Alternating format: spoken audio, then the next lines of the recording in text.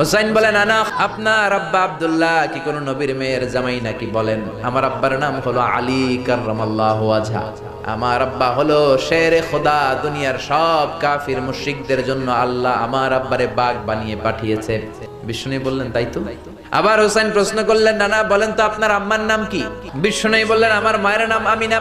হুসাইন বলল নানাজি জান্নাতে সর্বপ্রথম যেই মহিলাটা ঢুকবেন ওই মহিলাটা হলো আমার আম্মা জান ফাতিমা। বিশ্বনবী কোনো কথা বলেন না। হুসাইন আবার প্রশ্ন করলেন নানা বলেন তো আপনার নানার নাম কি? বিশ্বনবী বললেন আমার নানার নাম হলো ওয়াহাব ইবনে আব্দে মানাফ। হুসাইন বলে নানা আপনার নানা ওয়াহাব রে কে চিনে? আর আমার নানারে চিনে না এমন কোন মানুষ পৃথিবীতে নাই। এই হলো আমার নানা। এবার বলেন কে দামি? বিশ্বনবী আর ধৈর্য ধারণ করতে পারেন না, ধা ধা করে চোখের পানিগুলো ছেড়ে হুসাইনকে বুকের মধ্যে জড়িয়ে ধরেন আর বলেন হুসাইন তুমি ঠিকই বলেছো, আসলে আমি নবীর চাইতে তোমার দাম আল্লাহর কাছে